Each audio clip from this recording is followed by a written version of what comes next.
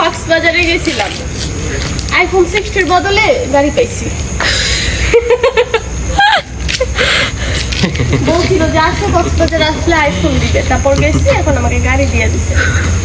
আপনি আইফোন পাইতেন যদি একজনের সার্ভিস দিতেন। আপনি তো 50 জনের সার্ভিস দিয়া 40 লাখ টাকার গাড়ি নিয়ে আইছেন। 50টা আইফোনের দাম হিসাব করতে গেলে আপনি কিন্তু ঠকছেন। এই গাড়ির চাইতে আপনার নিজের পার্স পাত্রী, বডি, সকেট জাম্পার ভালো।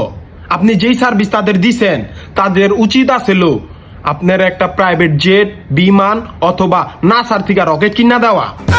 আর আমি এই নিন্দা প্রতিবাদ জানাই। হয় তাকে আবার সার্ভিস দেওয়ার সুযোগ দেওয়া হোক, আর তা না হয় তার গাড়ি ফেরত নিয়ে তার ভিতরে রকেট দেওয়া হোক। আরে মিয়া দূর, মানে তার হক দেওয়া হোক। এইসব দেখতে দেখতে মনে হয় কক্সবাজার কোনো পর্যটন এলাকাই না। কক্সবাজার মূলত আইফোন আর চামড়ার শিল্পর শহর। এই শহরে চামড়া বিনিয়োগ করলে আইফোন পাওয়া যায়।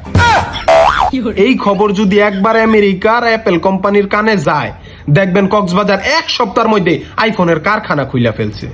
যাই হোক, যারা চামড়া ব্যবসায়ী আছেন, আপনারা আপনাদের চামড়ার যত্ন নিন আর সার্ভিস দিতে থাকেন।